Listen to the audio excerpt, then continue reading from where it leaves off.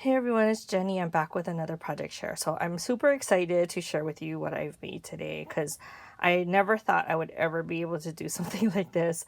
I am totally not a crocheter. I know a lot of you can just pick it up really quickly and just like know all of the different, I don't even know what it's called. It's not called strokes, but all of the different stitches, and I'm like at a loss for it. My mom is really good at crochet. So I was kind of asking her for her opinion and like if she thought that I could make this, and she's like, "Oh yeah, you can probably figure it out." So she was kind of going over like what the stitches were to remind me so that when I see it like on YouTube and stuff, I can kind of figure it out. But anyway, so I was totally motivated to make this fox. It's actually a cozy for your coffee cup. And I really wanted to make it after seeing, oh, is it oh, it's the Scrap and Rabbit. So Tina was doing a giveaway. I wasn't able to enter her challenge in time, so I'm kind of sad about that. I might still send her a memory dex if I can get around to it, but I just got overloaded with projects all of a sudden.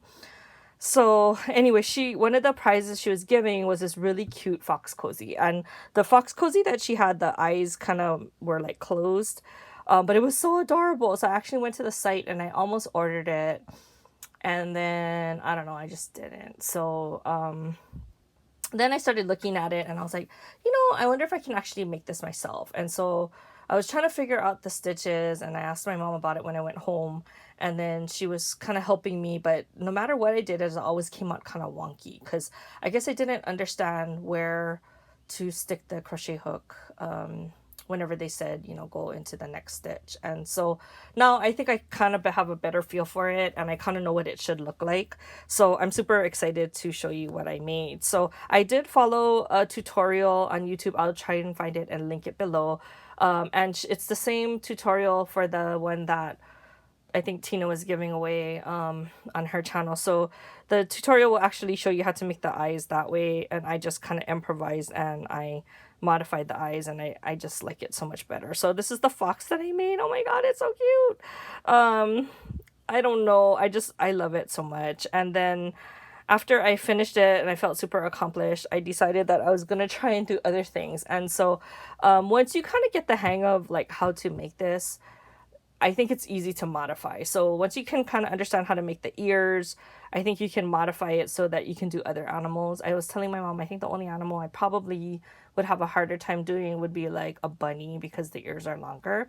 But if I wanted to make a bear or other, like a cat or something, I'm sure I could kind of figure that out. So I'm pretty happy with that. I have like a base to start with. But I just think he's so cute. So this is actually my favorite one, and that's the first one that I completed successfully. And then the second one that I made, I'll share this one, is my Hello Kitty one. So I was telling my mom, I bet you if I just did it in the same colors as Hello Kitty, use the same pattern, I can probably do a Hello Kitty, right? And she's like, yeah, I think you could. So this was my attempt at it. And this one I made it a little bit smaller, but it can fit over like a regular size water bottle. So, and then I had to figure out another tutorial on how to make the bow. But because this is actually the fox tutorial. So, and then I just kind of hand stitched and I guessed how to do the eyes and the nose. But I think it's pretty recognizable as Hello Kitty. Like I'm pretty happy with how it came out. So, I was like super excited about that. Okay, and then this last one was motivated by my coworker because she likes Gudetama. So if you don't know what Gudetama is, he's an egg. It's part of the Sanrio line of characters, and this is what his face looks like. I don't know why he's so popular, but he's like super popular. And so even my husband likes it. Like he wears Gudetama shirts all the time.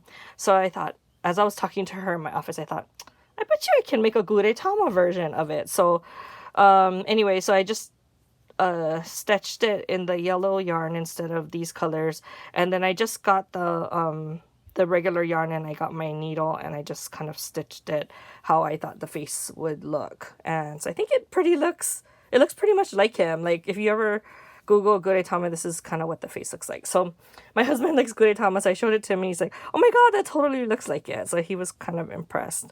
So, and I gotta say, I impressed myself.